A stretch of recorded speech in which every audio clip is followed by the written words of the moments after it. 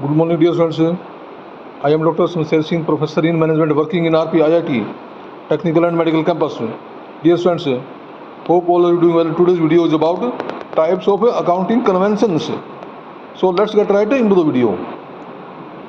Dear friend, when we discuss about the types of accounting conventions, one of the convention is convention of materiality.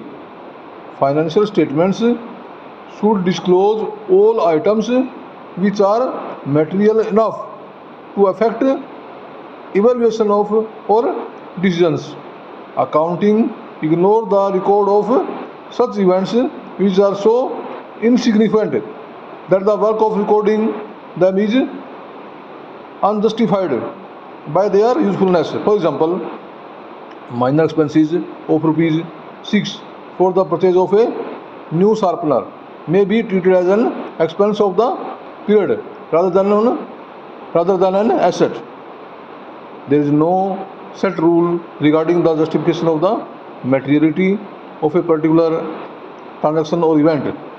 There is nothing inherent in the concept of materiality that helps accountant in determining when something is material. An event or stimulates may be considered material if it brings about a response from a decision maker.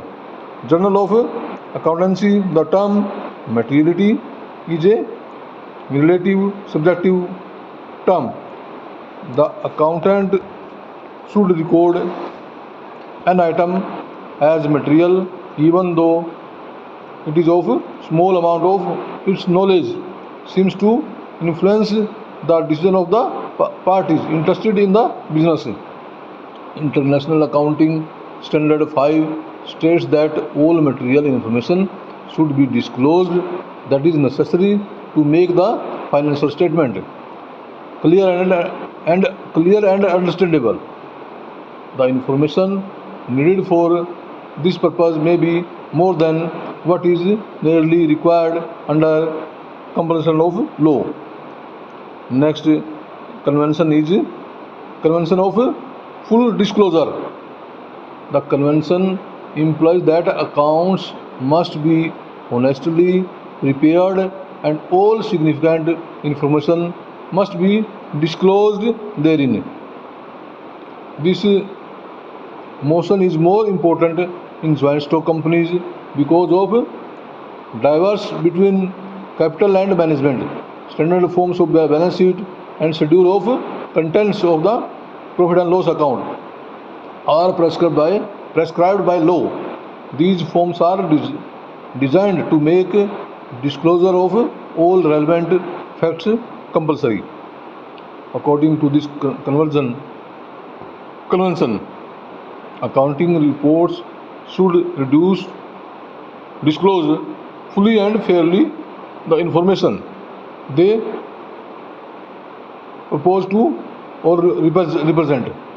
They should be honestly prepared and sufficiently disclose information which is of material interest to proprietors.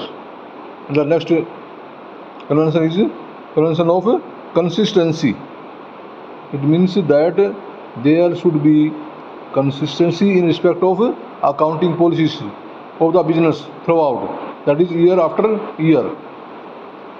The procedure for determining of the value of stock, the mode of calculating depreciation should continue to the same. According to IAS, consistency is a fundamental assumption and it is assumed that accounting policies are consistent from one period to another. Where this assumption is not followed, the fact should be disclosed together with reasons. Consistency serves to eliminate personal bias because the accountant will have to follow consistent rules, policies and conventions year after year.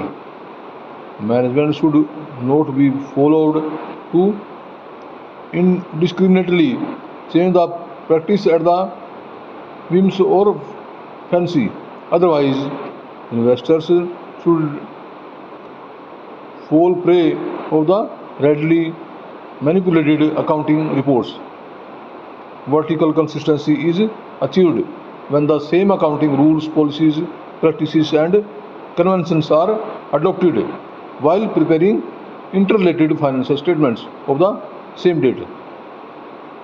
Horizontal consistency is achieved when the same firm adopt the same accounting practice, policies, and methods from year to year.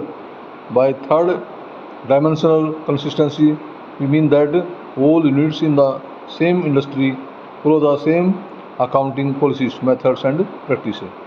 Next convention is a convention of conservatism. The policies should be such which would guard against risk and losses, but should not necessarily create secret reserves. Provide for all possible losses and don't anticipate any future earnings is a golden rule. Provide for all possible losses and don't anticipate any future earnings is a golden rule. According to IAS, uncertainties inevitably surround many transactions. This should be recognized by existing prudence in financial statements. Prudence does not, however, justify the creation of secret or hidden reasons. Hence, conservatism is the policy of playing safe. For example, valuation of closing stock is always made either at cost or market price, whichever is lower, so that it may be fairly valued. On the basis of this convention, provision of bad and doubtful debts, provision for discount on debtors, amortization of intangible assets like goodwill, preliminary expenses, etc. and provision for various contingent liabilities are made.